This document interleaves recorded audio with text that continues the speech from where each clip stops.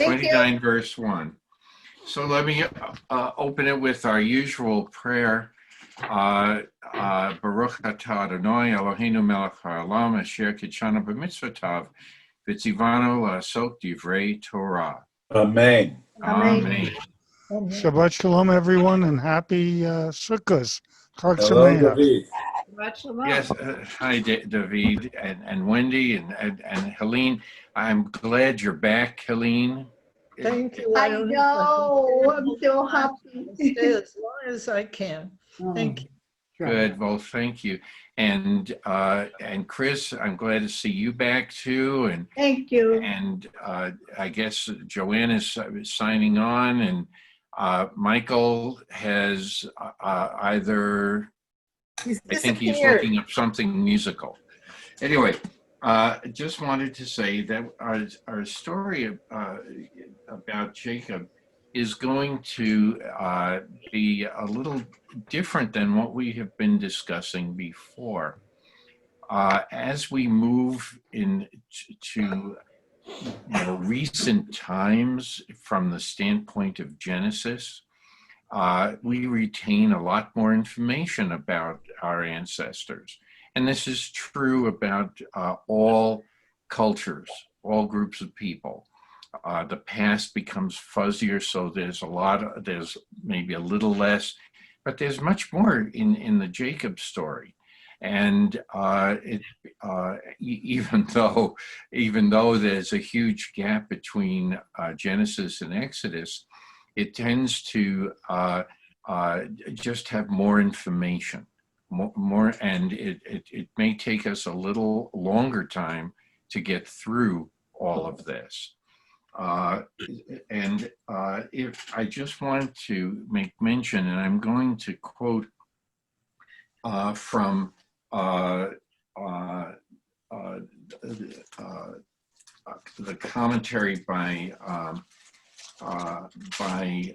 Plout about the story we're about to enter, because it really links what has been happening in the past with what is going to happen in this series of stories that are about to unfold. I'm just going to read this short paragraph to you. Some of you who have the Plout edition of, he says, in reading these accounts, we should keep in mind that the Torah is interested less in describing the correct origin of names than it is in the background of the tribes which the names represent. It answered questions for ancient Israel, how in different form are asked by most groups, who were our ancestors, and how did we come to have our tribal national structure? This section deals with family life, with conception and birth, both human and animal, and the interplay of biological forces and Torah, and the workings of God's plan. A word about deception. Jacob will now taste the fruits of deception and faces long service. And we're going to see the play on words. We're going to see similar words that were used to describe previous encounters come up in this particular section. And I think that when we will be able to have quite a few interesting discussions as we plow through this. So, all that being said, yes. Can I pick up on something you said? And this Sure. is way out of left field. You know I read Biblical Archaeological Review magazine. Okay. But aside from even what I've read there, one article I read was about immigration and emigration and how there was that particular area of the world had seen many, many cultures coming in and out and in and out. and we read about them, the Canaanites, the Hittites, all the ites, all those other peoples. And one thing I read, I don't know how long ago, from an anthropological point of view, was that the 12 tribes were really 12 kind of distinct tribal, groups, peoples that were not necessarily this direct descendants of Abraham, Jacob, and but that they were 12 groups of people that ended up coming together and then believing in the one thing and then formed a union together. So that's another view of the 12 tribes, rather than one leading to 12, 12 becoming one. And I sort of always keep that in the back of my mind as we're talking about the different tribes. Okay. And so as we start to review the different tribes, and some of them will come up in future stories that we will be reading in this particular segment of Jacob's story. If somebody has a text in front of them, if they would like to read, I just wanted to give a little, background to what we're about to read. So if somebody would like to read verse 1. Marty, where are we starting? Genesis 29, verse 1. Okay, I'd be happy to. Thank you. Then Jacob went on his journey, and he came to the land of the children of the east. And he looked, and behold, a well in the field, and lo, 3 flocks of sheep lying there by it. For out of that well they watered the flocks, and the stone upon the well's mouth was great. Okay, let's stop there, David, just to discuss this a little bit. So who would we be talking about in the land of the Easterners? Is that where Esau was? Where Esau went? Yeah, in a way, yes.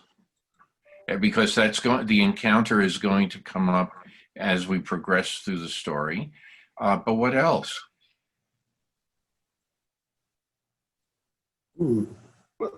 What's your question? Who the children? Oh, the Babylonians and all of them. Yeah. Who The lived in the land Assyrians, of the east? the Babylonians would be north and east. Who was to the northeast? Yes, Steve. Well, no, just according to Hertz, it's a term to denote generally the Arab tribes located east and northeast of Palestine. So Right. Yeah, more of present Syria. Okay, very good. So where was Jacob told to go? Do we remember? Yeah, to Lot's. No. Laban. Laban, right, in Padan Aram. Yeah, in Aram. Okay. So now we're going to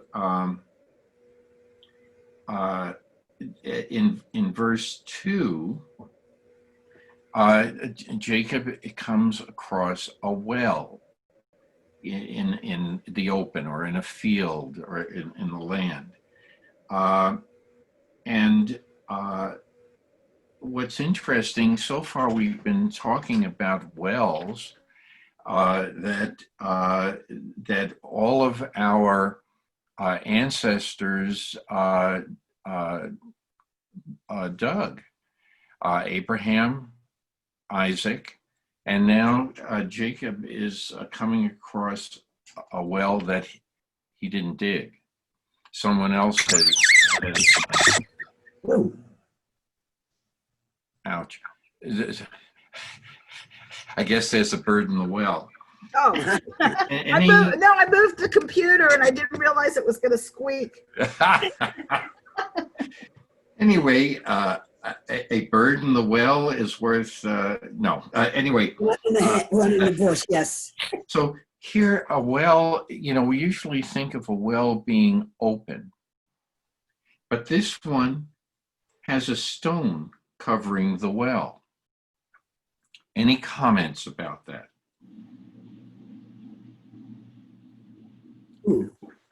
Because it doesn't, as we progress in the story, the stone will have a little bit of importance, and it's supposed to,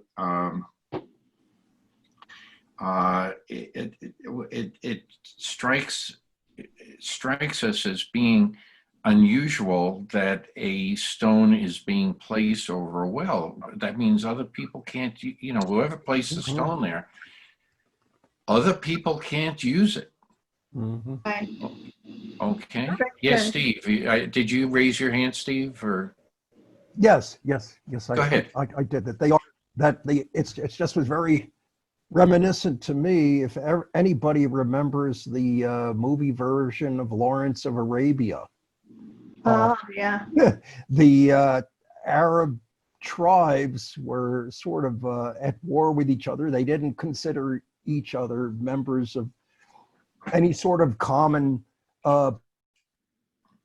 people, and were extremely, and the various princes were very possessive about their personal wells. And actually in the one of the opening scenes where Lawrence is accompanying his Arab guide drinks from a well and is quickly shot by the prince of the tribe that owned the well because he drank without permission. So there was apparently a long history of being very possessive about water, which was, of course, is very scarce in this area of the world too.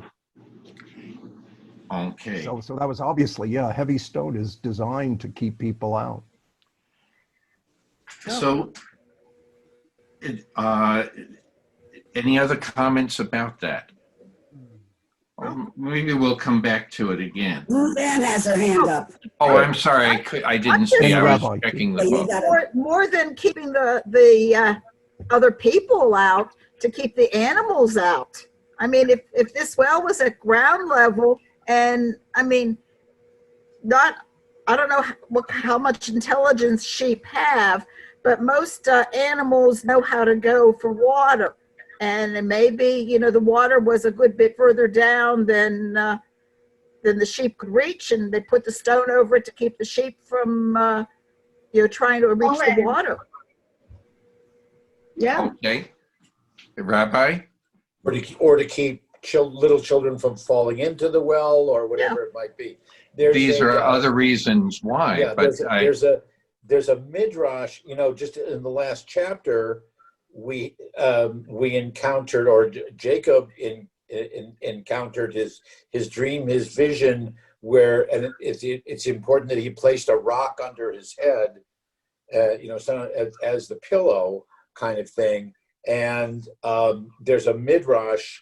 It's not an old classical midrash, that this rock, because Jacob's already tuned into looking for rocks that will be symbolic and important for him. This rock is the father of the rock that he had placed under his under his head as a pillow. And it's more of a modern kind of thing. Welcome, that particular rock welcomes him and says, you're the rock that my son told me about. I mean, you're the man that my son told me about, welcome, et cetera, et cetera, et cetera. Isn't that metaphorical for God?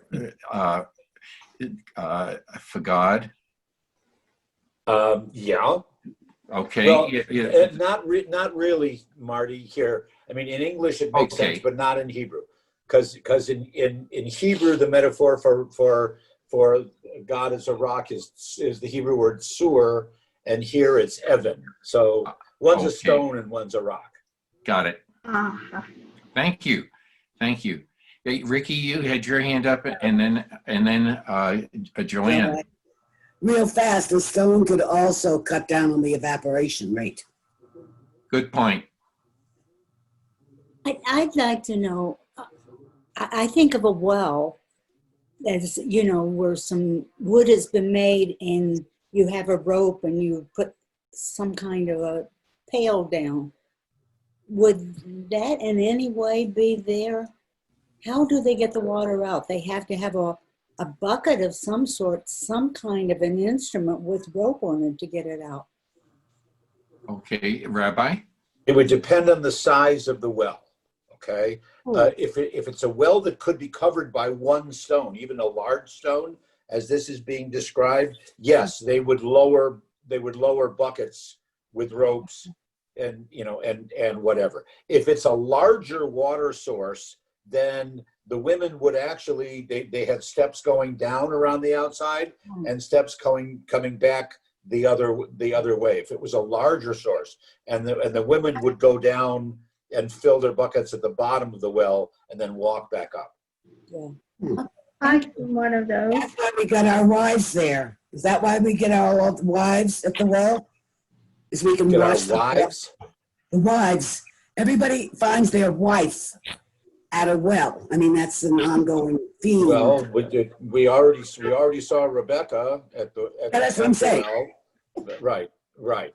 But it doesn't say whether. It says that she drew water for the camels and she drew water for Eliezer. So we're not sure exactly what that means. But if this well is described as having a very large rock or stone covering it, that probably would not have been a large water source for the whole town.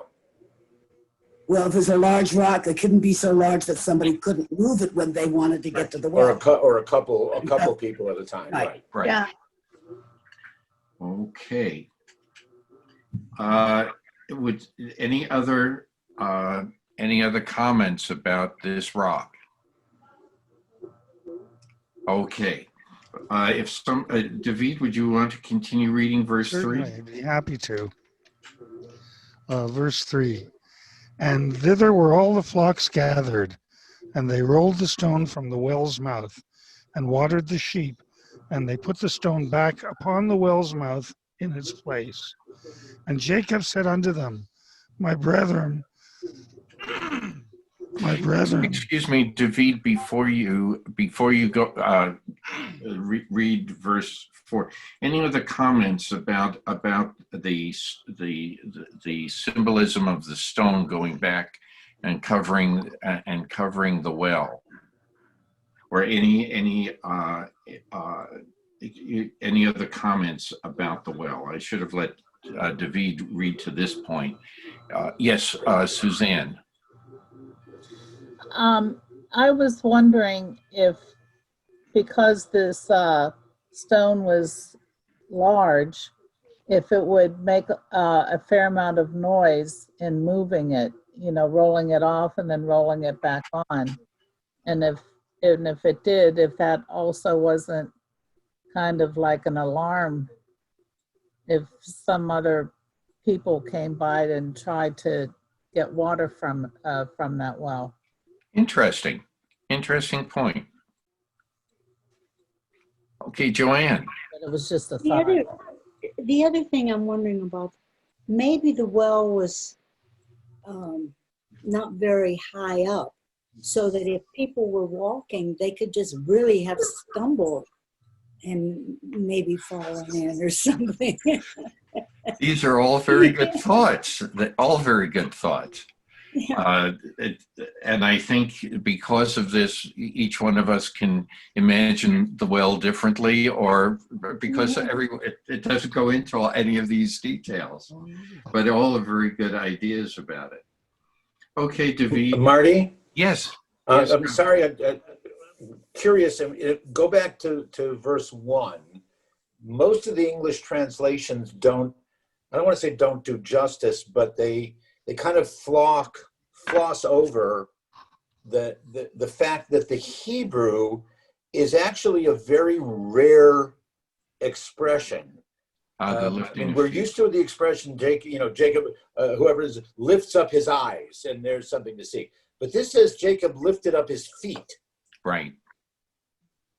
And I wonder if anybody has some kind of, why would there be a little bit of a description rather than, Jacob left the place that he called Bethel and went on his journey, but rather than just he walked or he continued, he resumed, but this specifically, he lifted up his feet. Does it imply a different kind of, action on his part? Yes. Yes, Helene. Maybe there were other rocks around there and he had to step over them. It could be as simple as that. Yes, Grace. Could be. Yeah, Wendy wanted to say something. Wouldn't putting the stone back really be a symbol of respect for whoever's well it is and etiquette in using somebody else's well? Okay, could be. It sure could be. Okay, yes, Grace. Hi, everyone. Good morning. The cheat sheet, the commentary, says for verse 3, the implication is that it would take the collective strength of all the shepherds to roll the rock off the well. Oh, Jacob, energized by the sight of his cousin, will soon do so alone. That's just in the commentary. And that one person didn't move the rock off the well or on the well. It's implicated that perhaps it took more than one person. That's what it says. Now,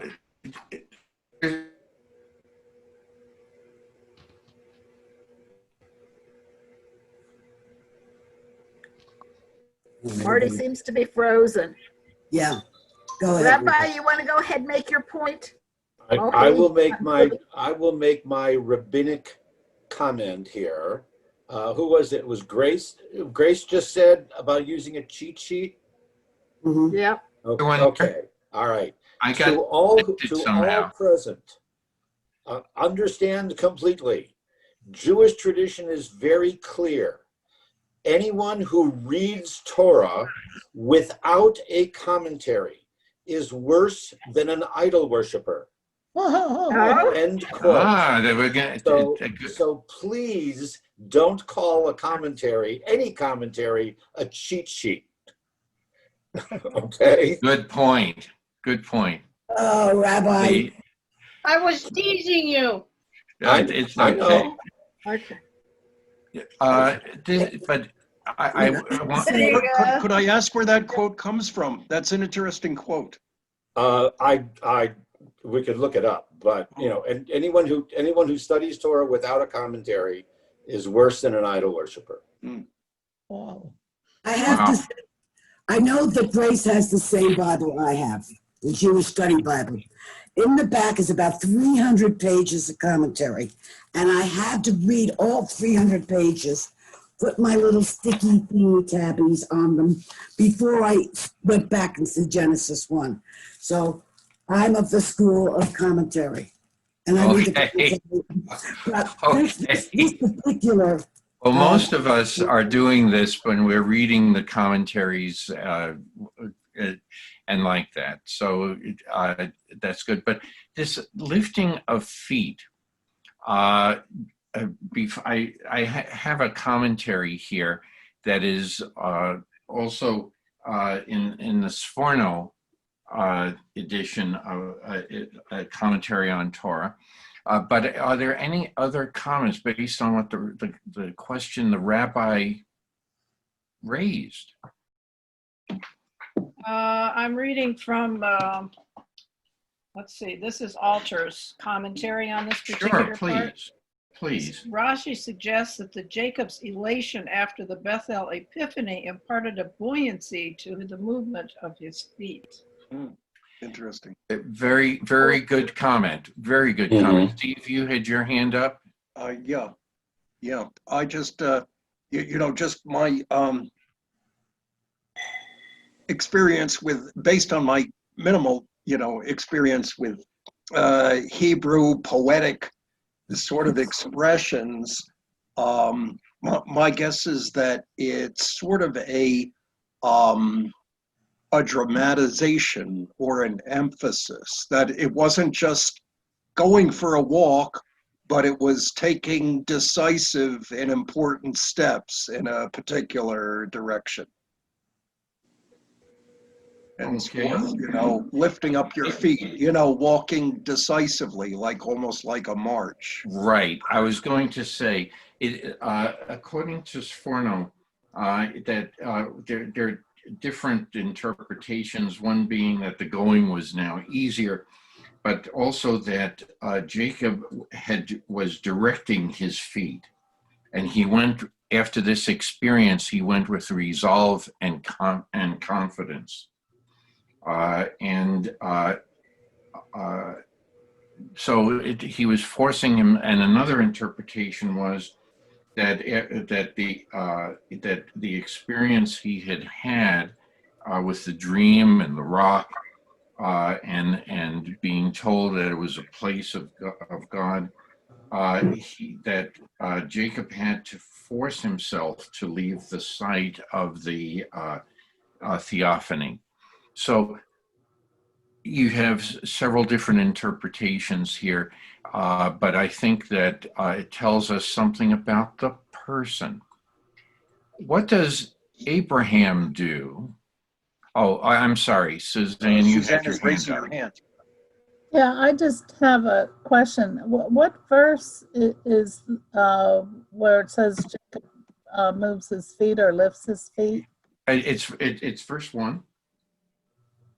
Resumed his journey in some places is how it's translated.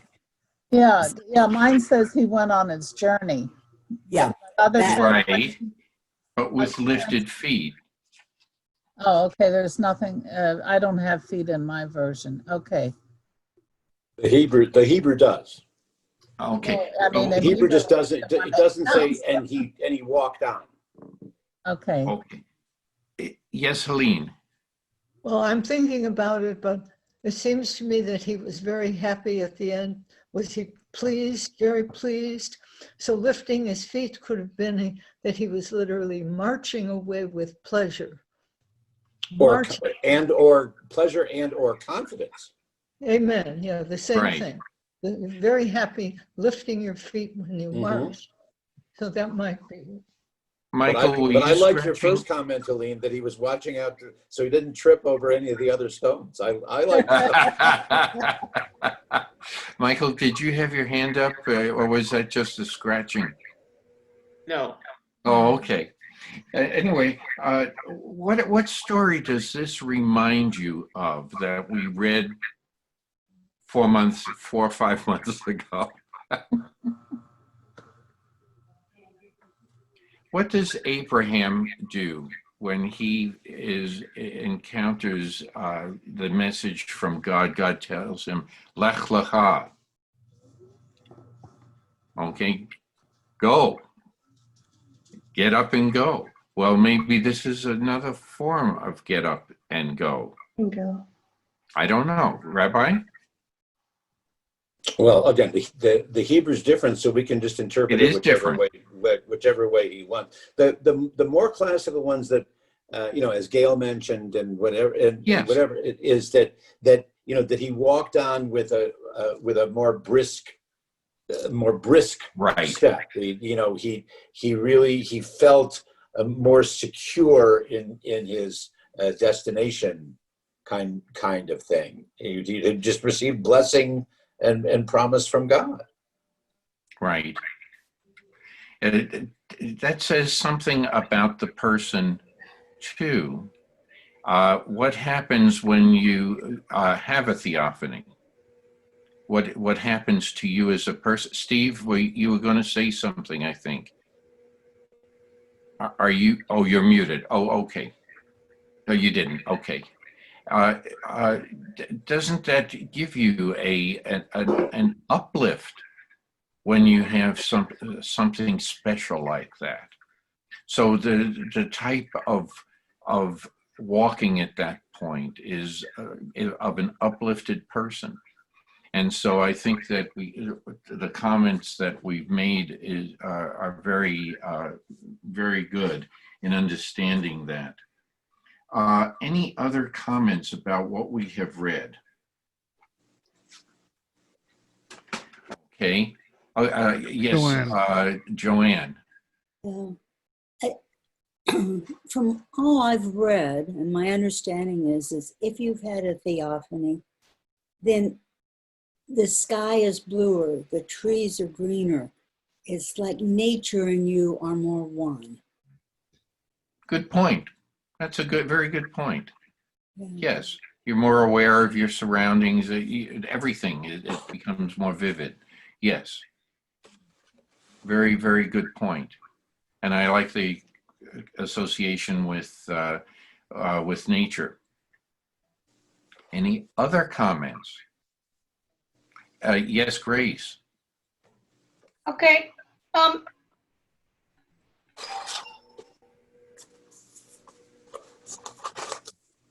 Three flocks of sheep were laying there beside him. Okay. Somewhere I've heard and read that in Hebrew,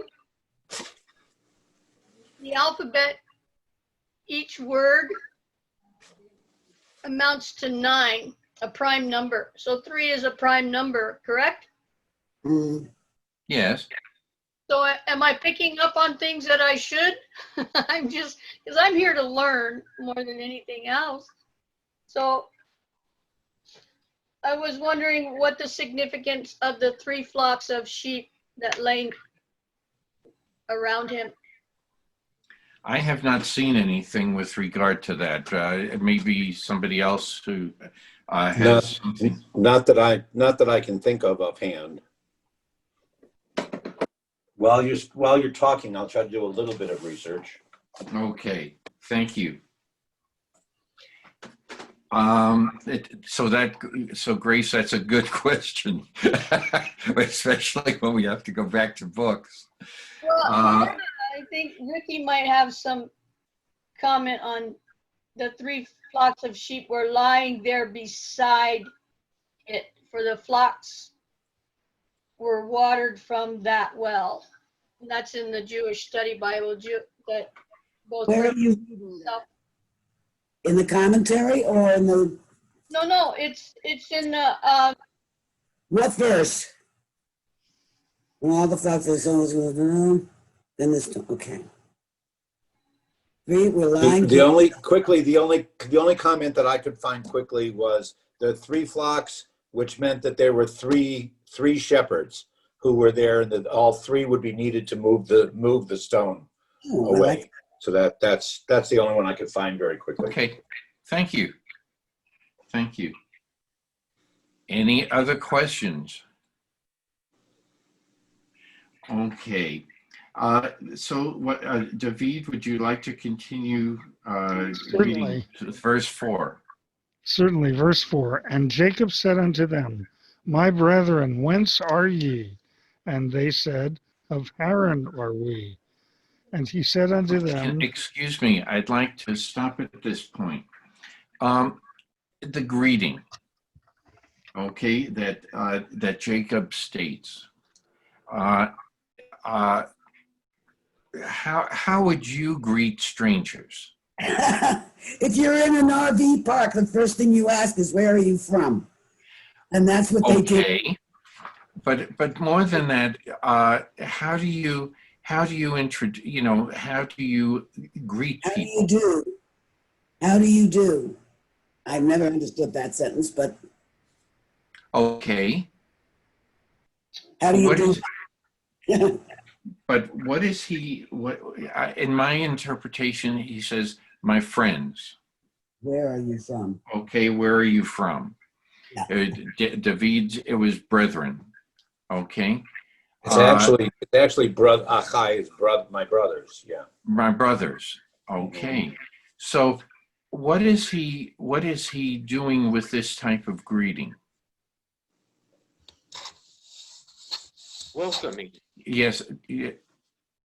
Okay, Ricky first, and then Ruth, and then Welcoming. Chris.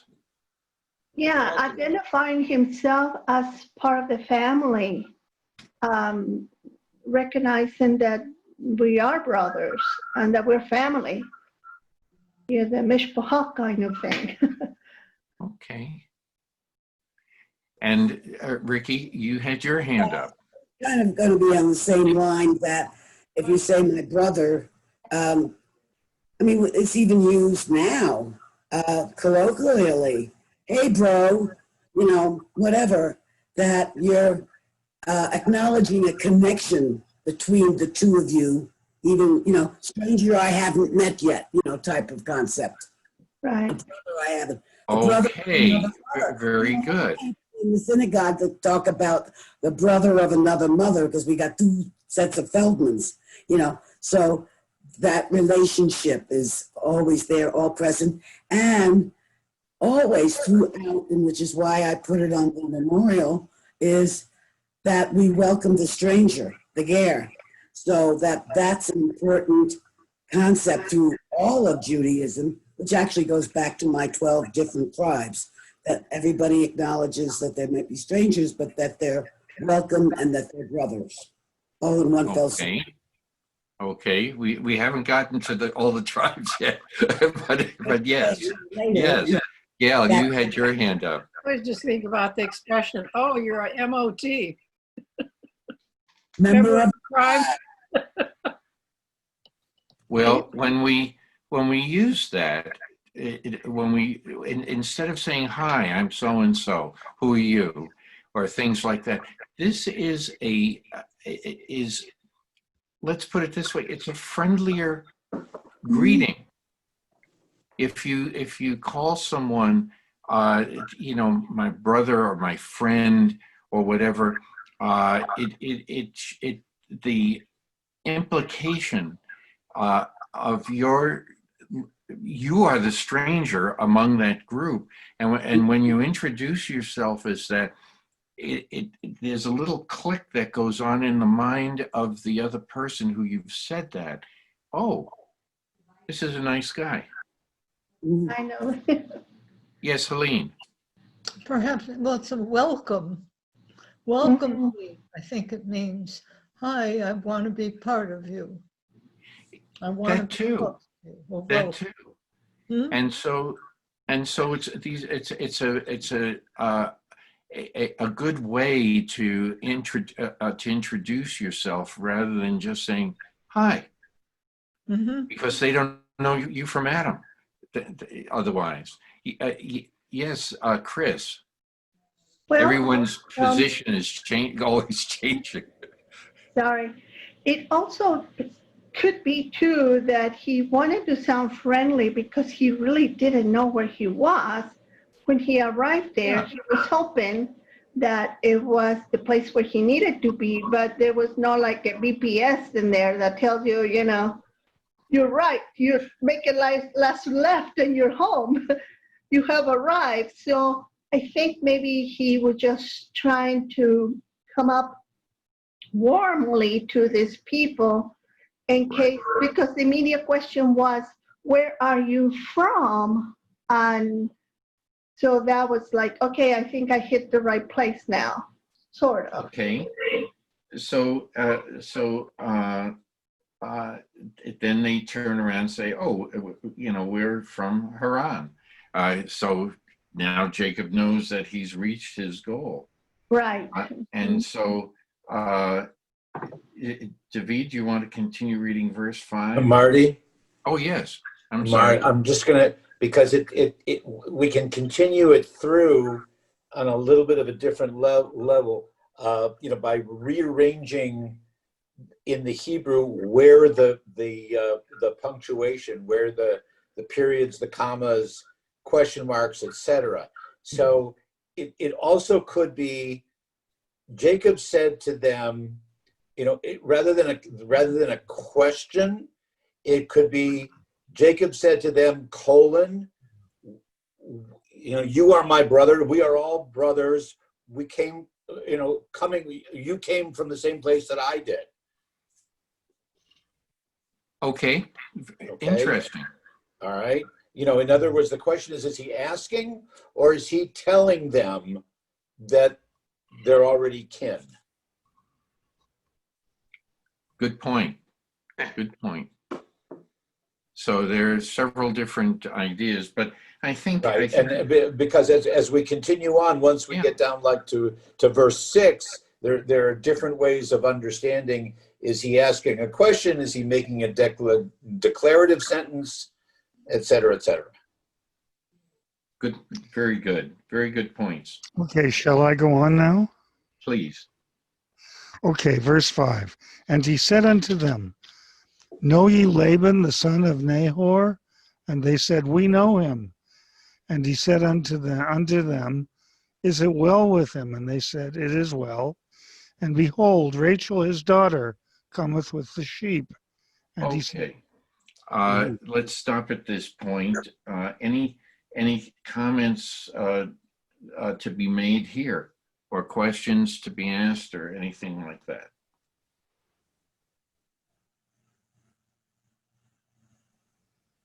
Okay. Can I continue with the alternative readings, if you will? Sure. All right.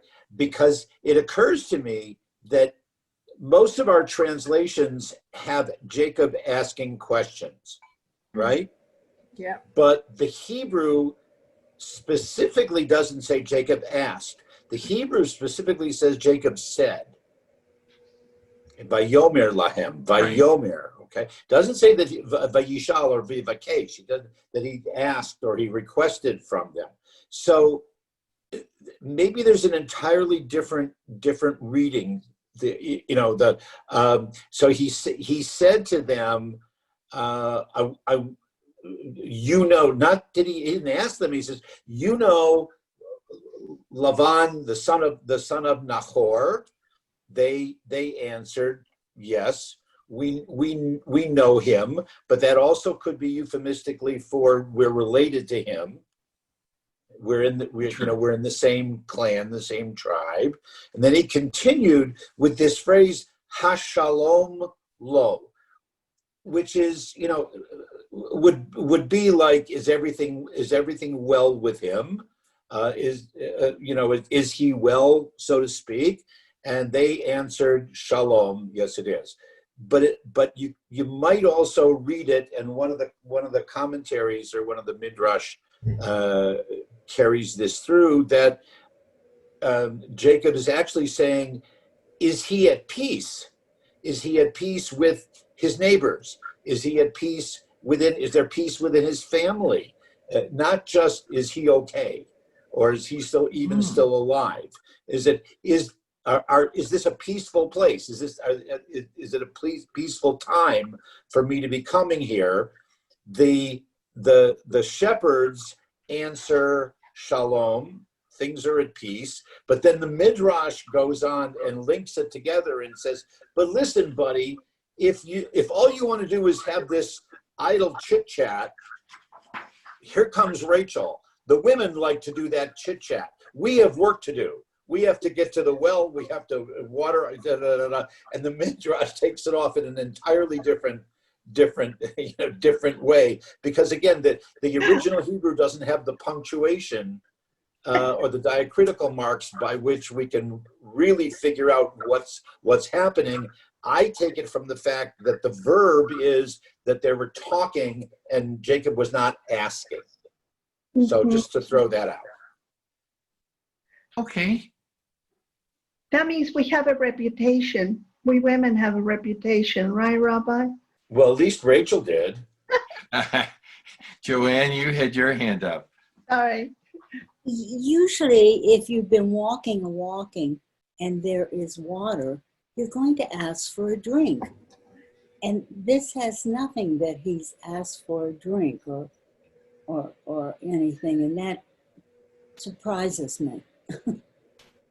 Well, what does that tell us about the person? Which is more important? Right, his business. I'm sorry.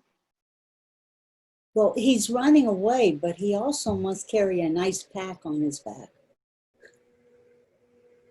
He has a knapsack on his back. Okay.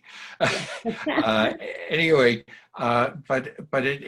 he's showing more concern for the people that he's meeting than saying he's thirsty. Please give me a drink. Yeah. And so it tells us something more about the character of the individual. Well, he's also asking if there's fighting or other things happening. With the other interpretation, yes.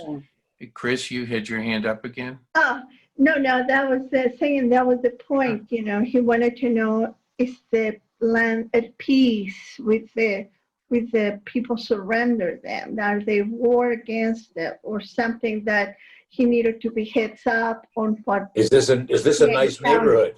Location, right. location, Is that location. a nice neighborhood? Yeah, that they have safety rules or that kind of thing.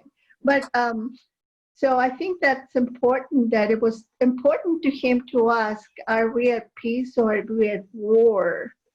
You know, for our neighbors, that kind of thing.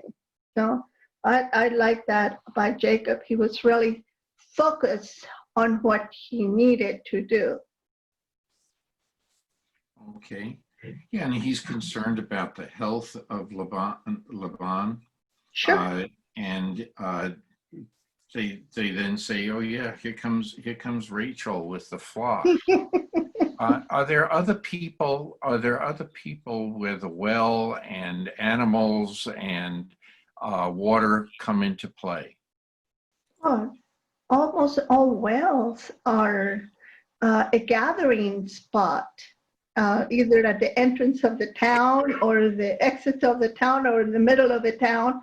But that's where you pick up your daily gossip, I assume. I don't know. I don't have a wall near me. But okay. It's the but fountain of the day. In the office, you always hung around the water fountain. That's true. Okay. But what about a previous story? Yeah, Grace. Hand up. Grace?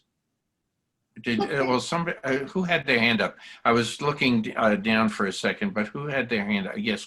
Okay, Grace. So we're talking about the gathering spot of the well, and our bodies are made of how much water, Steve? Oh, yeah. 90%. Yeah. 90-something% of us, our makeup is water. So I just was thinking about that. Okay, but the point is that I wanted to make Jacob's mother. Okay, where does she find? She doesn't find Isaac, but is it Eliezer is sent by Abraham, and there's a well experience with the story of his mother. Like I said earlier, what happens to the camels? They got water. Yes, and what is, Rebecca is saying what? Here, have some water, and I will also water your camels. Your camels, yeah, we'll drink. We'll give the camels to drink. Yeah. So this here is like it's starting a reversal of roles. It's a similar story of meeting someone at the well, and lo and behold, Rachel is going to show up. Okay. Yeah. And so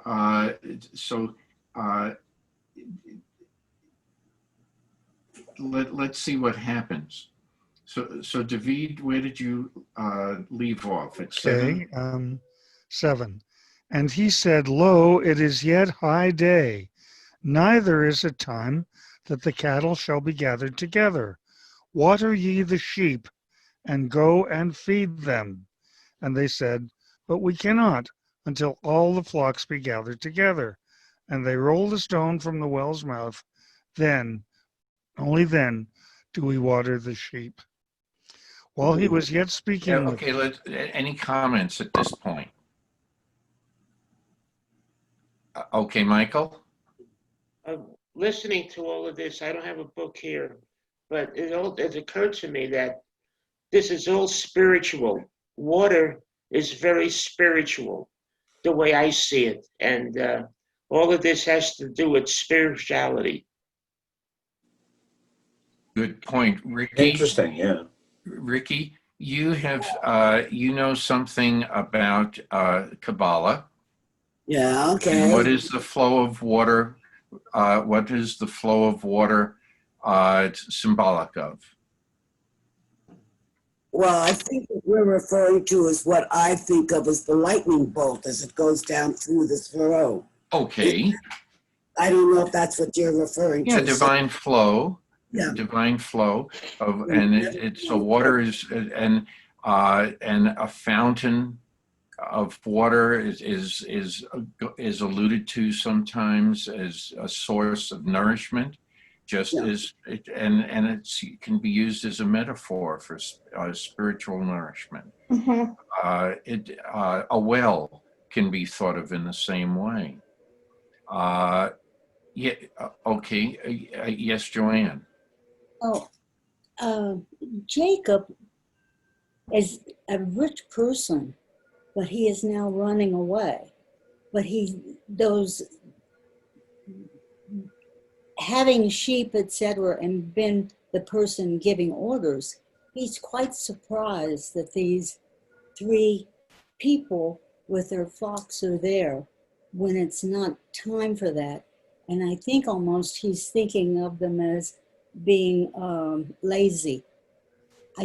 For some reason, when I'm reading it, it comes across that he's almost like, well, if you were my shepherds, you would be out there with the flocks. Why are you here? No.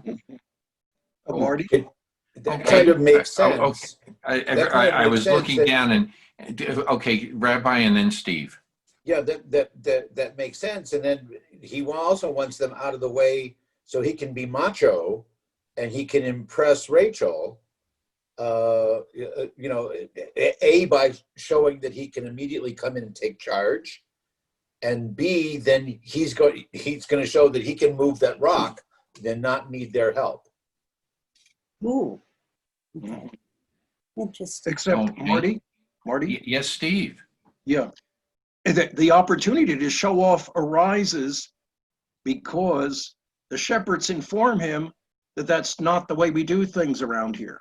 That, because this, god-awful rock is very heavy and we only move it once and we wait for all the flocks to be collected together and we don't just keep moving it on and off for every little sheep that wants to be watered. And he's going to, in spite of hearing about the way things are done around here, he's going to do it different. Okay.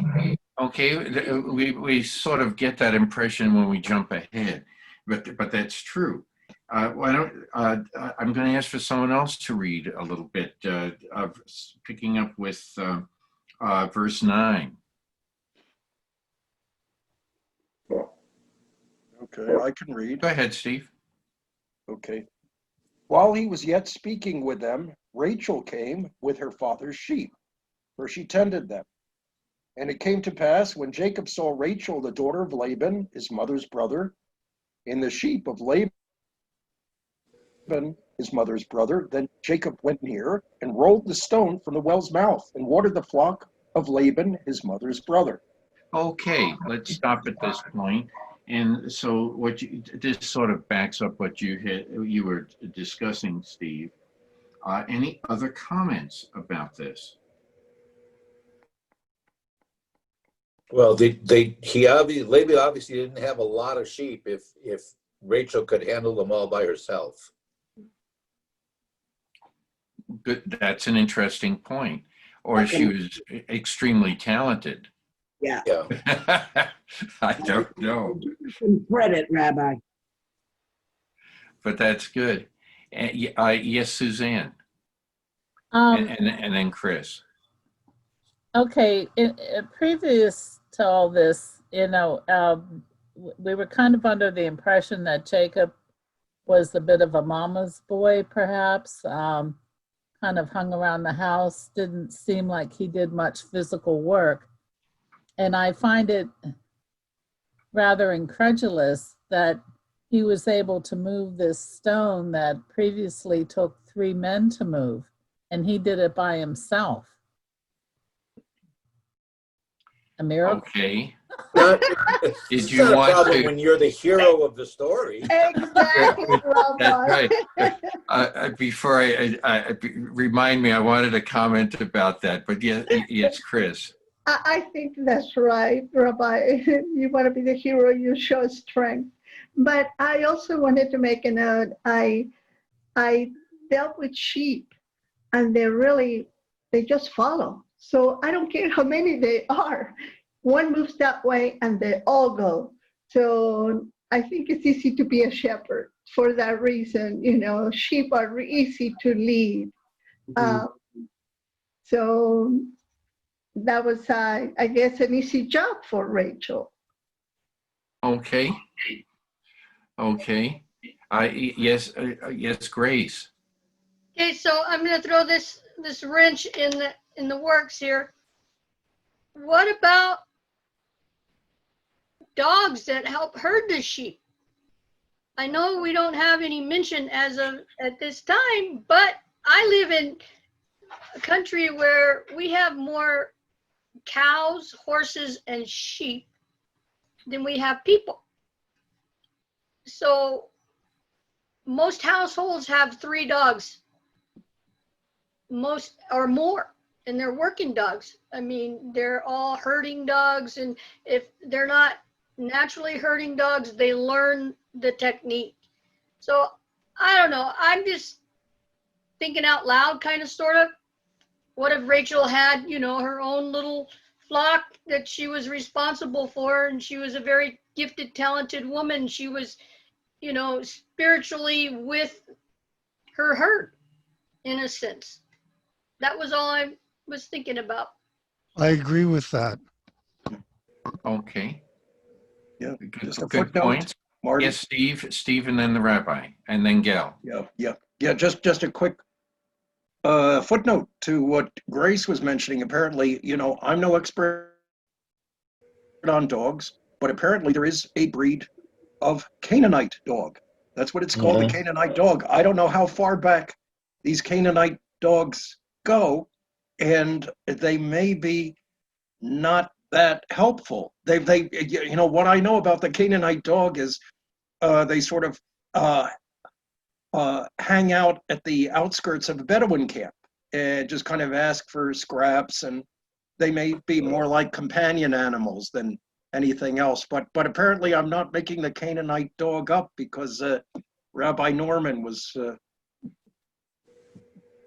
nodding about them. Maybe he knows something more about them than I do. But you have any comments about the Canaanite dog? No, I don't know much. I do know that there is that breed, but I don't know. There aren't a lot of references to dogs certainly in the Torah. But I don't know much more about that. I wanted to go back to trying to understand Jacob a little bit more. And we need to kind of, in a sense, put a little bookmark here and go back into the previous chapter.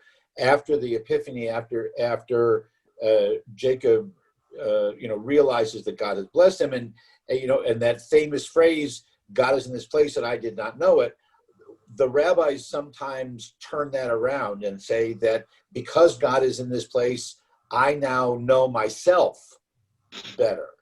And so it's a different Jacob. Somebody, I don't know if it was Joanne, somebody said that, he was this mama's boy. He was timid and this and that. But after his last experience, now in his own words, he now feels more confident, if not even more brash, and he can go on ahead and do these things that we're talking about. They base that on that quote, with again turning around from the Hebrew, that God is in this place and I did not know that God was in this place, or God is in this place, therefore I can know myself better. Interesting. Very interesting commentary. Okay, Gail, you had your hand up for a while. What caught my eye was the sequence here. It says, when he saw Rachel, and then he rolled the stone. He saw her first. That's mentioned first. He saw the woman coming, says, aha, she's for me. Uh-huh. He didn't need his mother to interfere to take care of this. He's going to do it himself, and I'm going to show Rachel how good I am, and I'm going to roll the stone. I mean, that's Very good point. Very Very obvious good what's point. going on here. Very obvious. Well, not only did he roll the stone, And then he but kissed also the lesson that he learned from his mother, he waters the flocks. her. Right, and then he kissed her too. We haven't gotten there yet. Guys, you're ahead of No, the he's a fast mover. game. Okay, Chris, you had your hand up too. Chris, I thought, oh, you didn't. Okay. Muted. Okay. Larry, you're muted. Okay. Larry, did you have something? Yeah, but if we are speaking of shepherds, the ultimate shepherd, the Lord is my shepherd. And there's a lot of symbolism here. We are your flock, we are your sheep. Oh, you're taking away my sermon for next Saturday. Sorry. Okay, Ricky, was that a sewing pole or your hand up? Okay, I just wanted to mention another commentary that when I was at the gym, that Peloton was in Rebecca's home, and that Jacob used to exercise a lot there, building up his abs and other muscles so he could eventually lift that rock. Now, if you believe that, we can move on to the next. Anyway, Steve, would you like to continue reading, or whoever else would like to continue reading? Where did we leave off? Verse 10? The rolling of the stone. 11. 11. Okay. Verse 11. And Jacob kissed Rachel and lifted up his voice and wept. And Jacob told Rachel that he was her father's brother, and that he was Rebekah's son. And she ran and told her father. Okay, let's stop at this point. Okay, obviously this is a totally different, a different greeting. And any comments about the kiss? Well, you kissed a relative hello. It's not a romantic kiss. Yeah, I don't think it was that kind of a kiss. No. And isn't that kind of odd Marty? for that day and time? No. Oh, Marty? Yeah, okay, there were several hands up before Steve. I thought, Chris and then Steve. Yes. Oh, but that's me. Yeah, no, I was just going to say he really did get bold. He kissed the girl and she ran out to tell her father. I think it's a beautiful, beautiful sign to know that God is with you to the point that you receive what you've been asking for, and to see it with your own eyes. It kind of happened yesterday after the accident of my sister-in-law. That was the first thing that she came out of her mouth. She said, I know it could have been worse, but I know God was watching over me and protected me. And it's like you waited all day long for the outcome. And when it happens, the only thing you come out of your mouth is praises to God for delivering you to that place and bring you happiness. So I think that embrace to Rachel was a culmination of that length time waiting to arrive there. Okay. Steve. Marty? Marty? Yes, Steve. Yeah. According to commentator Ibn Ezra, okay, who commented on what type of kissing was this, okay? The Hebrew verb, as it is here, not followed by the accusative state or the accusative's case, denotes kissing the hand as a respectful salutation.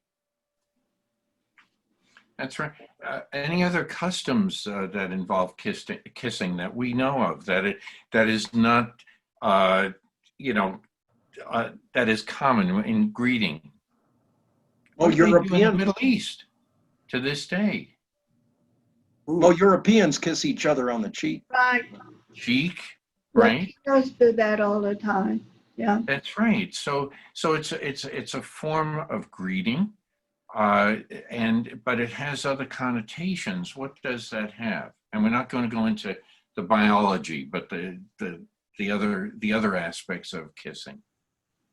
And What does that? warm, welcome. I'm glad to meet you. I'm glad to know you. There's a sexual connotation to it also. Yes. Yeah. But we don't have to. Yes, but there are other ways that we kiss people. Right. I'm just adding that as a possibility, yeah. but I know we're not talking that direction. I understand. Okay. So yes, Rabbi. Well, maybe Michael can play it for us on the keyboard, but you know the phrase "sealed with a kiss." So what? It's, you know, sealed with a kiss. So, sealed with a kiss. Right. So it's there was also kissing was like making an oath, or you know, or stamping it with approval. And there's a warmth to it. There's a particular warmth to kissing if it's done in a way that you're a warm person, and you know for some reason the other person is a warm, affectionate person. So in that light too, there's a possibility. So all of these are correct interpretations. I mean, we can do this, but I think the connotation that of closeness is important. And if we then read on, and then it says Jacob kissed her and then broke into tears. Any comments about the tears?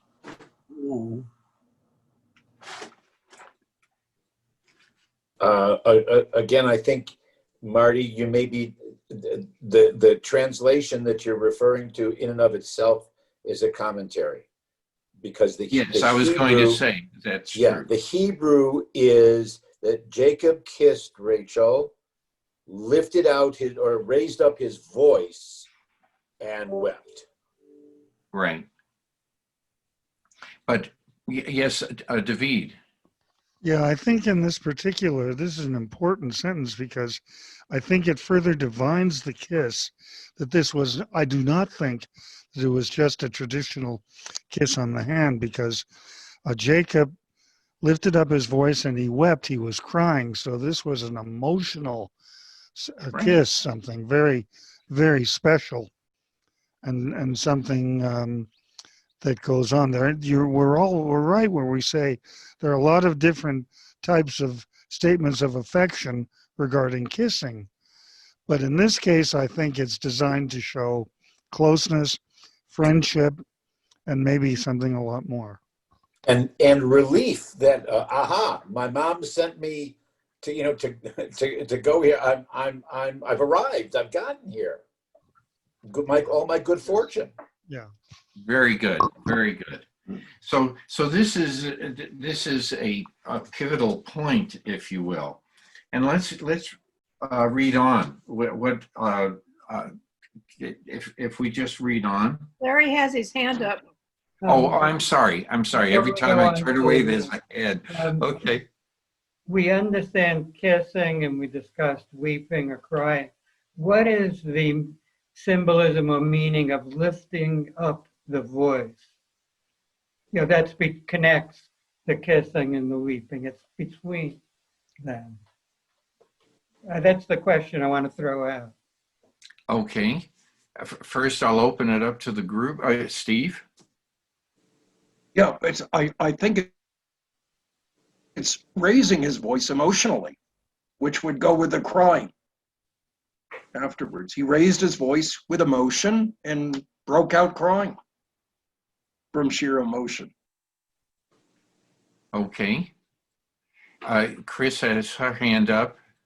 I honestly think that that was a moment of crying out to God and thank Him for receiving that gift. I don't see it any other way except that finally, oh, thank God, you are holy. That's the way I see it, because that's your first impulse when you are being granted something you've been wanted for so long. What else can you do other than say thank you, oh God, to me? Very important. What did that answer your question, or was your question rhetorical, Larry? No, but then why not say thank you, God? If that's the meaning of this, I think it's very ambiguous, and I don't understand why it was there. Yeah, that's true. Any other, Rabbi, do you have a comment on that? Yeah, I would like to Lifting hear a voice. No, I liked Chris's explanation. Yeah. So I think it's an interesting phrase also because it shows another side. We see physical strength, but also he has emotion. It's more than just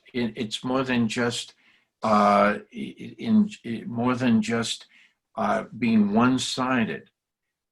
If we go back to Esau, he showed physical strength, and that's how we were discussing that briefly about the fact that Esau, is described as the hunter and everything, but Jacob is described as a homebody, okay, which was brought up. But here, there's much more to this fellow. He has, in addition to his knowledge, he has been schooled, which is another drash, but also he has had, he's showing physical strength, but also something else. He has feelings, and he can express his feelings. Yes, Rabbi. Yeah, the more I think of it, the more I would say in answer to Larry's, very interesting question, that the Hebrew phrase "vayevka," that he cried, or with tears, as opposed to crying out in either, crying out in success, crying out in bravado, crying out in arrogance, crying out in, hey, look at me, and whatever it is, that the crying or in tears is defining how he lifted up his voice.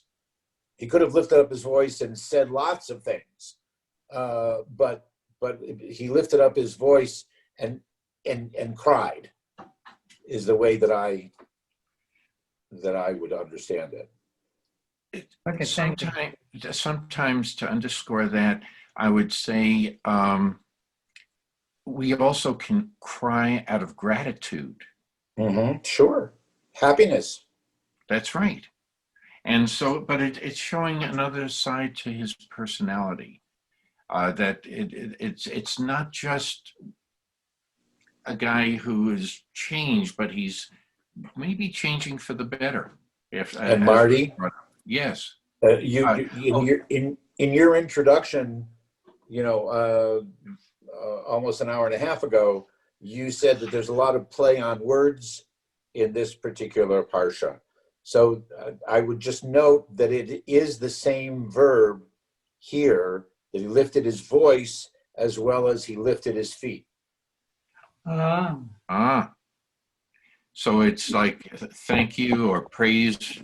Right. It's, you know, the right. author or the narrator is now talking about a specific ability that Jacob has to lift things up, lift his voice, lift his feet, lift, et cetera, et cetera. Thank you. Thank you. And Joanne, you had your hand up. That was very good. I do, and I'm thinking that he's heard about this family all his life from his mother. Mm-hmm. And now he's gone there. They also, his family is in a Hittite communities, and his family believes in just a one God. And he knows that he's now found that family that also believes this way. And I'm identifying myself. My origins are West Virginia. And when I go back, I have male first cousins. And when I see them, we hug, we kiss, and my voice changes even to a West Virginia dialect. And it just changes. There is such, you know, that is your kind of shouting kind of thing. So, but I think that's what he's feeling. It's that reunion with family is so important. This is also reminiscent of John Denver. Absolutely it is, yes. Take me home, country roads. That's right. That's right. So different people have addressed this same issue from in multiple ways. Because if you read the lyrics, it's poetic and saying something very similar. And he's lifting up his voice in appreciation of what he has found for himself. And so, yes, I think we're seeing something not only for ourselves but also in the character of Jacob. So he has a lot of potential. He has a lot of potential. He, as a result of all of these different encounters and to this point. Let's go on to verse 12. Jacob has told Rachel that he is her father's kinsman, and that he was Rebekah's son. Okay, and so now now there's formality in this. This is who I am, and then Rebecca runs home to let her father know that Jacob is there. Any comments about that? Where's the mother? Okay. Any comments about what the rabbi just brought up? There's a midrash, a mother died, according to Hertz. Okay. So is anything else that we wanted to, is it just that mother has a lesser role? We had discussed this before, and Chris is shaking her head no. So be that as it may, Laban, remember in the previous encounter, we learned something about Laban. He, we're not sure if Nahor, is it Bethuel, excuse me, if Bethuel has died, we don't know, but Laban has assumed head of the household. And so it would be normal to return to the head of the household to give the news.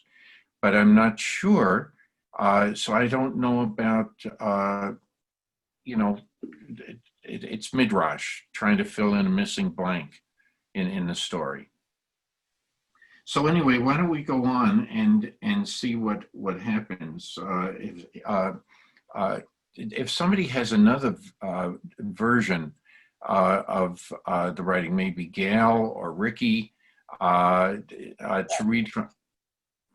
I'll bring up, ouch. We'll bring up this one. 29, 4. What are we at? 29, 12, 13? What is it? 13. 13. Okay. And it was when Laban heard the news of Jacob, his sister's son, he ran toward him, embraced him, kissed him, and took him to his house. He recounted to Laban all those events. Then Laban said to him, nevertheless, you are my flesh and blood. And he stayed. Let's stop at that point. Okay, let's stop at that point. Any comments that anybody would like to bring up at this point? Okay. Well, we encounter kissing again. Mm-hmm. Okay. Your uncle is kissing you. Okay. It's not, it doesn't intend anything else. Any other comments to be made? Well, I can read my commentary. Oh, okay. Okay. 13, he ran toward him. The greedy Laban came running at the very mention of Jacob's name, confident that Jacob must be laden with wealth and precious gifts. Yeah. The mere servant Eliezer had come with 10 richly laden camels. Surely Isaac's heir must be enormously wealthy. This is according to Rashi. Seeing that Jacob was empty-handed, Laban thought that he might have money hidden on his person. He therefore embraced him to feel surreptitiously whether he had any hidden treasures. And that's Rashi again. That's just okay. How's that for taking it away? There's a difference in Torah. We'll encounter that a couple times. That if the phrase is that they embraced and then kissed. So it's like I'm checking to see if you got anything hidden, whether it's riches or whether it's a weapon. Yeah, we're going to see it in probably a couple of weeks. In a couple of weeks, that happens again. That's right. Marty? Yes, Rabbi. Okay, whenever we're ready, because I want to address the second half of the verse. Okay. Well, yeah, I have more also. Nevertheless, you are my flesh and blood. The expression nevertheless indicates an alternative to the most desirable course. Indeed, in Laban's mental world, if Jacob had no money, then he was not worthy of hospitality. Nevertheless, Laban magnanimously put family loyalty ahead, and I won't read on. Go ahead, Rabbi. Okay. An Orthodox. That's fine. That's good. Right. No. That's a traditional. When you get into verse 14, it's based on the Hebrew word ach, which not ach meaning brother, but this is ach that can either mean nevertheless or it can mean therefore. So okay, depending on where we are. I want to go back to the phrase right before that, the end of 13. Okay, that Jacob told Laban all that had happened. All. Yes. All? Did he tell him about that he had deceived Isaac? Or is it just all that had happened since the Luz Bethel situation? How much did he tell him? That's right. Because if he told them all, and we have already described a lot of things about Laban. When Laban says, and my English translation is a little differently, in verse 14, Laban then says to him, "You are truly my bone and flesh." because he now has learned of how Jacob has achieved all of what he has been given, or what will be given by Isaac upon Isaac's death, and how he achieved that. And how did he achieve it? By cheating. By cheating, deceit. Yeah. And that's going to come up as a theme very shortly. I know.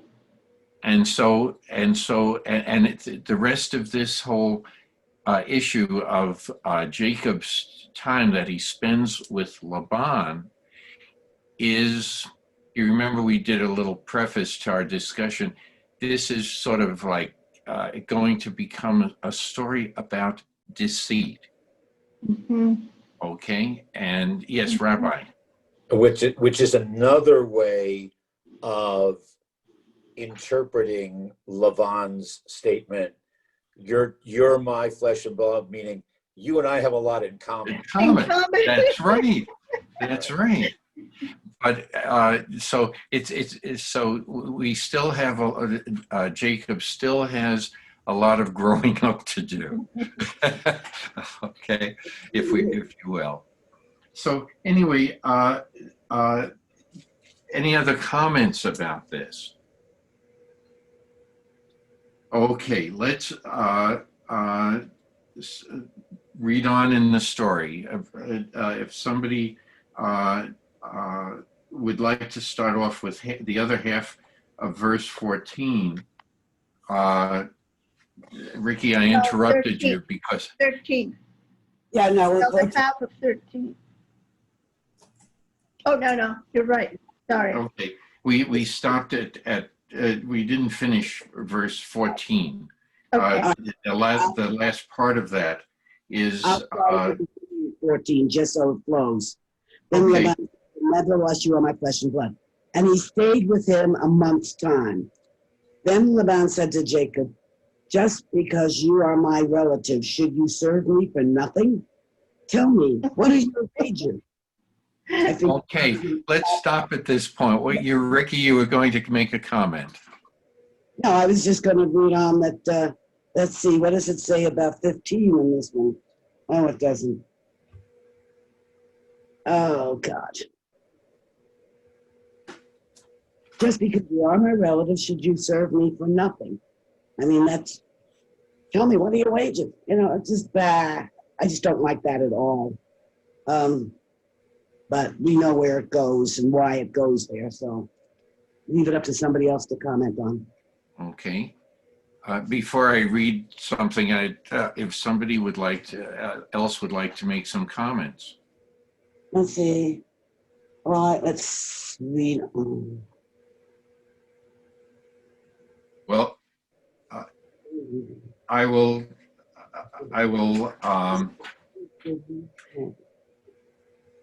read a commentary that is in Sforno. Just because you're kinsmen.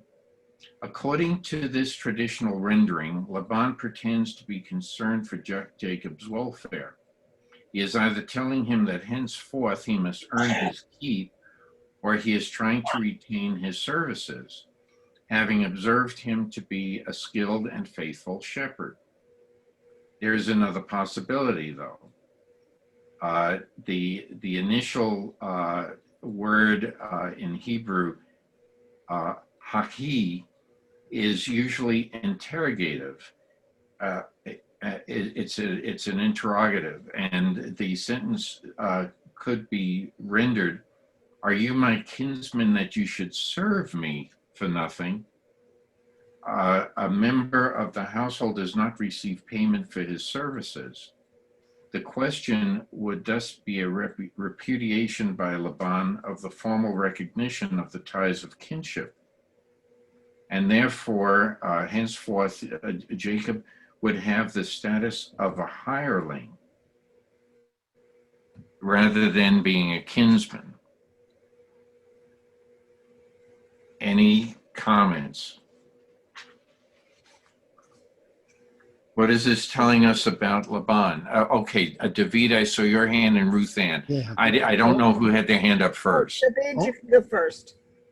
Only that we're about to understand about the introduction of Leah, the bleary-eyed one, and then Rachel, which becomes a very powerful biblical story coming up. Yes, that's true. Well, let's go over the character of Laban. What is Laban doing here? Marty? Yes, Ruth Ann.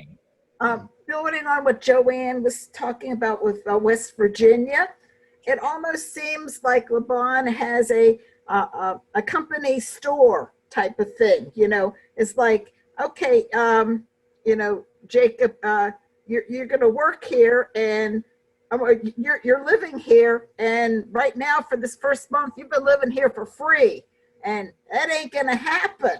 And since I've already determined that you don't have any money on you, how are you going to pay for your keep? So, I mean, just like the old company stores where they, you know, the company towns where the company paid the workers, you know, X, but then expected them to pay Y for everything. So they were always in debt. I mean, just from what we know about Laban, or, you know, it sounds like something he would do. He wanted to always keep Jacob in his debt. Okay.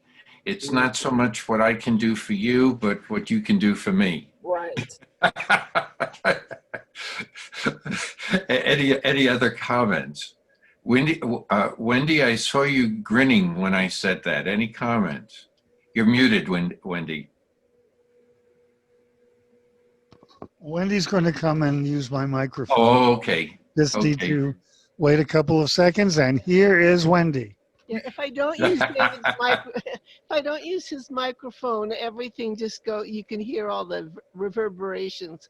No, I just enjoyed listening to the give and take of who is saying what, and with that, I thought that was wonderful. Okay. Yeah, I echo that. This is just so much fun. But so what would you do? So, okay, Joanne, yes. Well, I'm going back, I don't know, some place here. Oh, verse 9. One of the things we've sort of missed is that Rachel really had a profession. She was a shepherdess. And Jacob has probably decided to help her with a sheep, etc., because it does kind of say that, at least I feel like, he's been working for nothing. You know, doesn't it say he's working for nothing? Should you serve me for nothing? In other words, Right. I would take that. Are you going to be a freeloader? Yeah. But anyway, I'm kind of pleased that Rachel has a profession. I think that's kind of nice. It is. It is. That's an unusual. We don't hear that anyplace else. Another interpretation is that he has been doing something for Laban or Laban, and and Laban is saying, well, what can I pay you in return for what you're doing for me, because you're taking care of the flocks? Right. That's what I'm hearing Right. when I read it. So what should your wages be? Yeah. Okay. And so what do we find out in verse 16? Ricky? I'm going to read the two different translations I have in front of me, and they're very different feeling. In the Orthodox synagogue, what are your wages versus what's your wage? Wait a minute, was it 14? What shall your wages be? The what shall your wages be is much more gentle, and it's more inquisitive as to getting information. The what are your wages? It sounds more militant. You know, hey, what do I got to pay you if you do this? Is, you know, the feeling I get from that first translation. What are your wages versus what shall your wages be? It just feels different to me, the two translations. Well, One's do militant and one is you want to spiritual. expand on that? Huh? Do you want to expand further on that, or before we turn it over to the group for discussion? No, that is it. The one is militant. I mean, almost like, oh, I have to pay you. What the hell? How much do I have to pay you? And the other one is asking, you know, what is it that you'd like me to pay you? I mean, it's just militant versus inquisitive to me. I mean, I can't think of other adjectives to use, but that's the feeling I get from the two translations. And I, of course, don't understand the Hebrew, so somebody else will jump in on that. Okay, well, we can take a little time. What about the verb to serve? Oh, yes, Chris. Yes, I have a question for Rabbi. Is that question mark in there, or is it a statement, Rabbi, on the wages? With which verse, Chris? On the wages, on what it says, what should your wages be? Is that a question in the Hebrew, or is it a statement? It could be either. You don't Tell me what your wages should be, or you know, or your tell wages me should be, colon what would your wages? You know, okay. I mean, the intent is that He wants to ask the question, how much should you want to be paid? Pretty much. Okay. Any comment about the word serve? About the word which? Serve, to serve, the verb to serve. Oh yeah, we're gonna get. No, I just wanted to go back to Chris's question for one second. Oh, okay, go ahead. It is phrased in a polite way. It's not a demanding. Okay. Okay, Hagid Ali is almost it's just minus the word please. It's, you know, tell me. It's not okay. You know, inform me. Yeah. It does have a sense of politeness, courtesy. Thank you, Rabbi. Let's try to get into Laban's head for a moment. Oh, I like that one. Okay. Good luck. And the fact that he says, another way to phrase this was, why are you working for me for nothing? Why are you serving me for nothing? What are you doing all this for? Yeah. And why is he taking a more pleasant tone? When we know we already know some of the things about Laban, why is he taking a more pleasant tone? Mm-hmm. What is a lawyer when he goes into court? He usually will start out by using very mild-mannered speech, and then when he gets to the meat of what he wants to ask or say, his tone changes. Right. Manipulate. So are we setting a stage for some of that type of behavior? Yes, Chris. Could it be that he was already plotting his plan to... Very possible. That he wanted him to take care of the girls, so he won't have to take care of the girls anymore. And I don't think it meant only Rachel, but also Leah. So, because his attitude changed in there. Now he's a more pleasant, you're right. And knowing his attitude, it sounds like he is, like you say, moi, moi, moi, only me. And so that's what I have to create, this thing that I will get the money that I want and get rid of the girls, and he won't even know what hit him, huh? Sorry. Okay. By the way, the question came up earlier about about Laban's wife.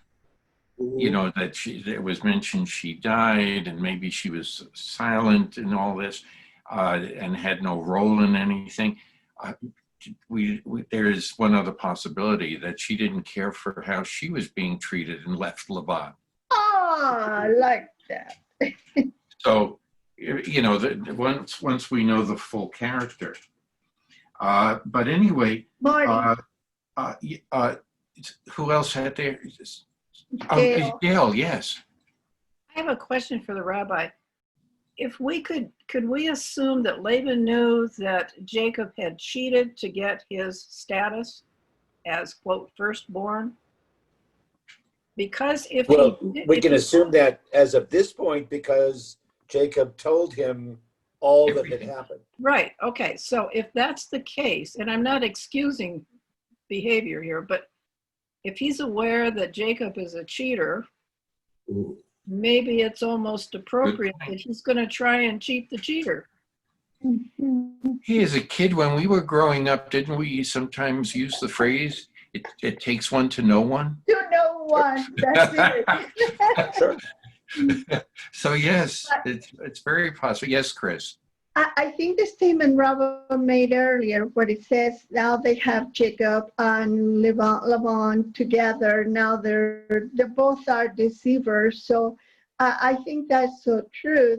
They're trying to keep up with each other on what that these are definitely not pure at heart, but they're deceitful.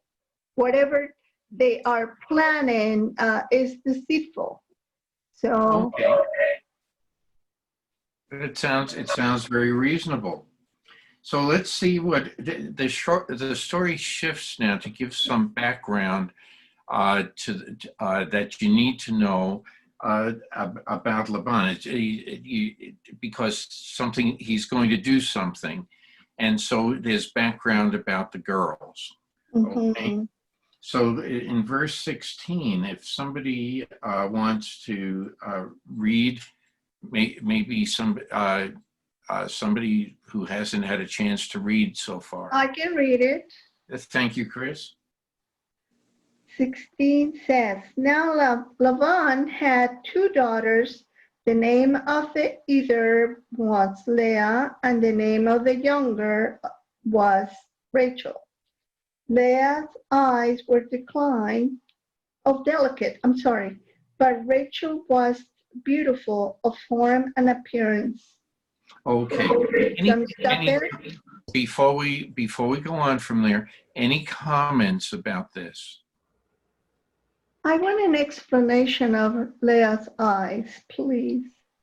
Okay. Before I read something, maybe it will come up in group discussion. Was she nearsighted? Was she?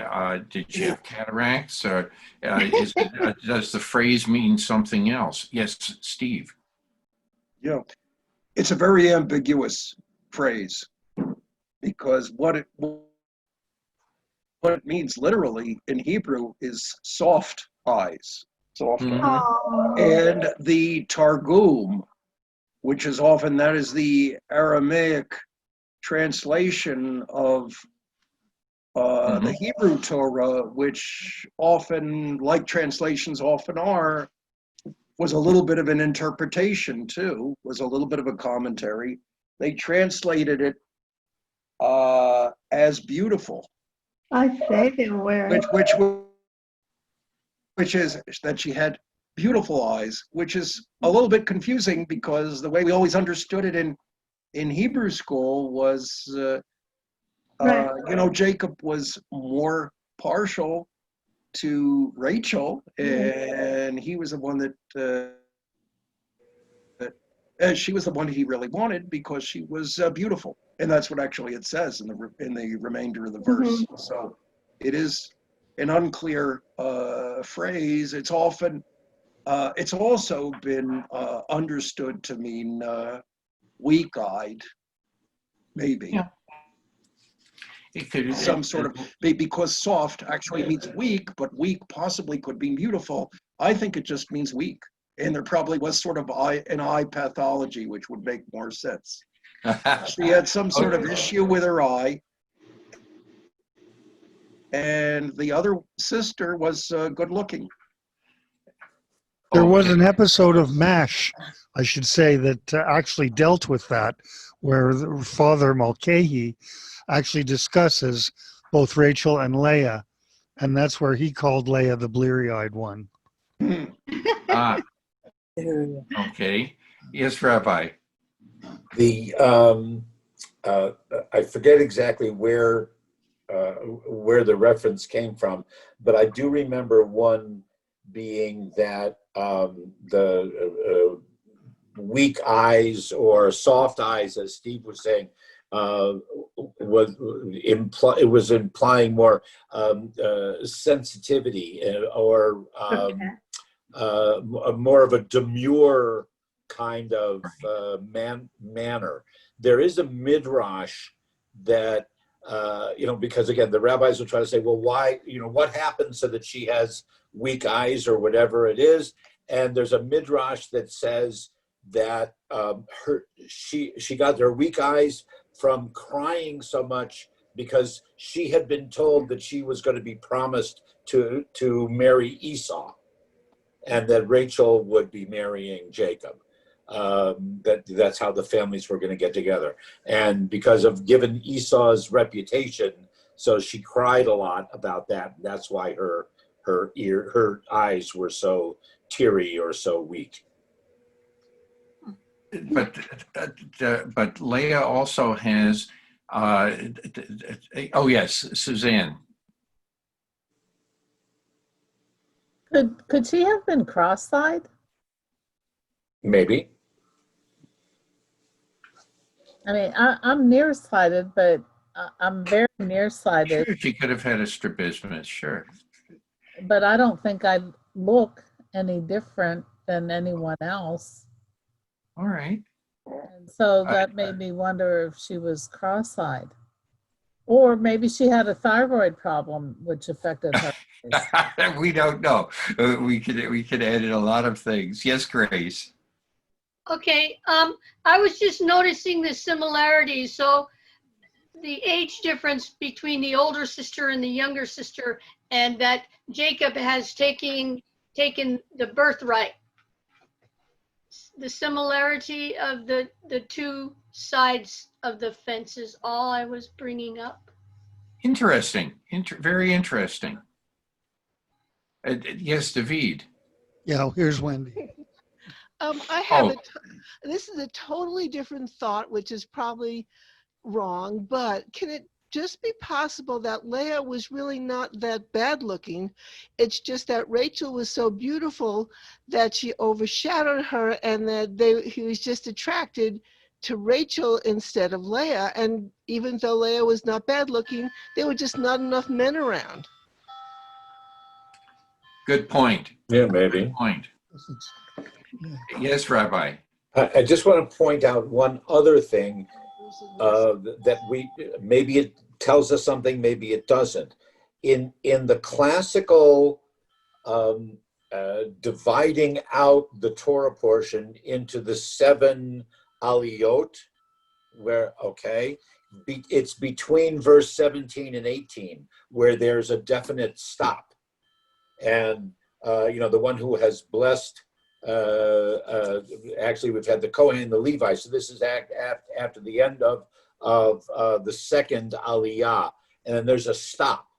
So in other words, the rabbis and the scholars, the Masoretes, who said this is where we should take a pause, and stop here and let people think about what's been going on and get prepared to continue on. So it's almost like it's a new paragraph, if you will, although it's not written that way in the Torah. But the Masoretes decided, for one reason or another, and maybe we can speculate, that at the end of verse 17, that's where we should stop. And that's probably the final word for today. I didn't say it for that reason. There's more to say about this. We'll pick up with this at this same point next with our next session. 2 weeks. 2 weeks. In 2 weeks. Right. Ruth Ann, you always have some announcements. It's a quiet week, thankfully. I haven't had a week like this since March. A long time. We got nothing going on till the service on Saturday. And Saturday, 10 o'clock, I'll send out the link probably on Wednesday for the YouTube. It's going to be a simple YouTube unless Rabbi decides that he wants to complicate my life because I said it was an easy week.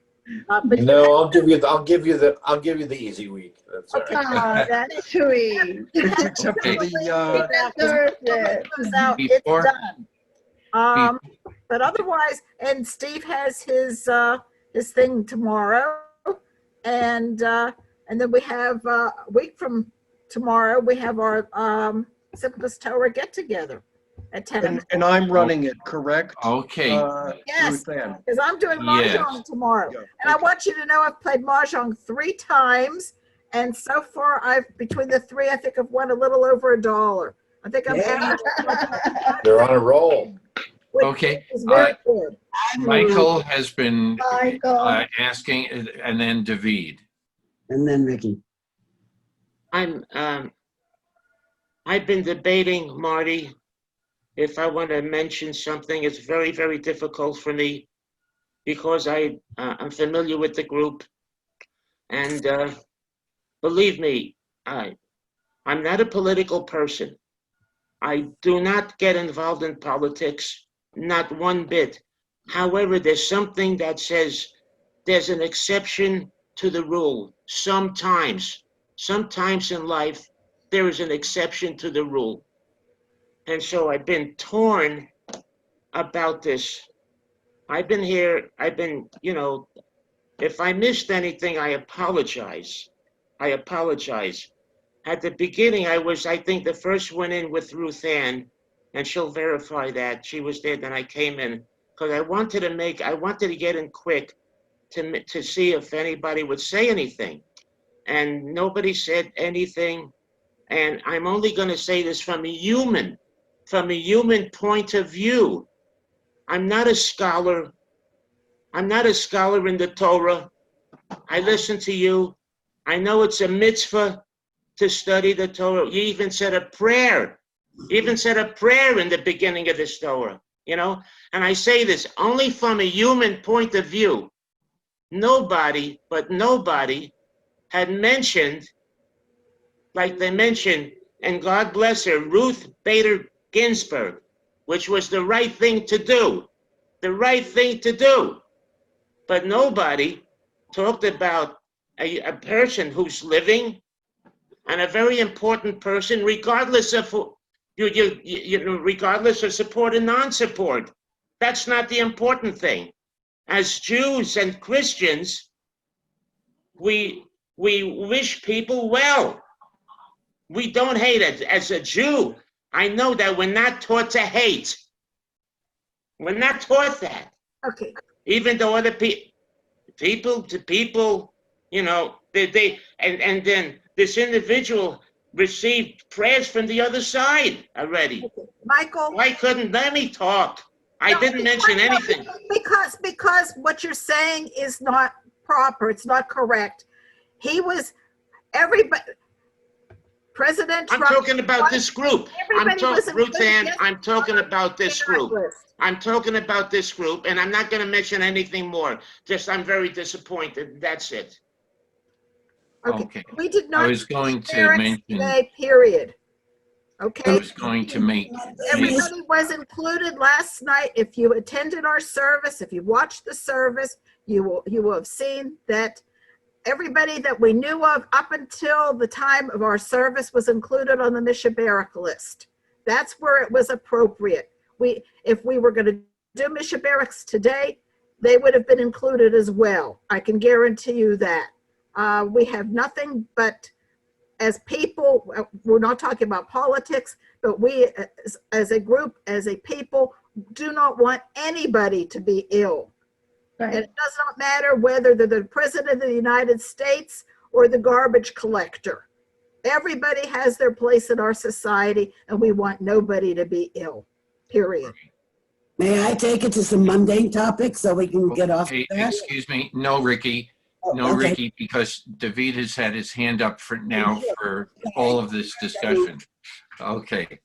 Thank you. This is way off topic, but I had something to say about the phenomenal Ne'ilah service last week. When Rabbi Norman quoted from Tennyson, I was blown away for a very personal reason. Besides the fact that I love Tennyson's poetry, I also know his great-great-grandson, Jonathan Tennyson, very well. We're good friends. Wow. And I would like to add a little bit to the quote. It may be that the gulfs will wash us down, picking up from where the rabbi stopped. It may be that we shall touch the happy isles and see the great Achilles, whom we knew. Though much is taken, much abides. And though we are not now that strength which in old days moved earth and heaven, that which we are, one equal temper of heroic hearts, made weak by time and fate, but strong in will, to strive, to seek, to find, and not to yield. Thank you, David. Very well stated. Very well stated. This is something that we've discussed in the past with regard to Torah. Torah is not just a biblical text. It is not, but we call it that, but it involves so much more than just a commentary about how we should behave. We will come across again artisanship, art, poetry, music. All of that is encompassed, and that is a very important thing. And that's why I too like to bring in poetry at that, as well. And thank you very much, David. Very, very, very well done. My pleasure. And Rabbi, I have to see where your picture has shifted on my screen. Yes. These are words that for doing, we are talking about doing things. Jacob's story is about doing. Abraham's story is about doing.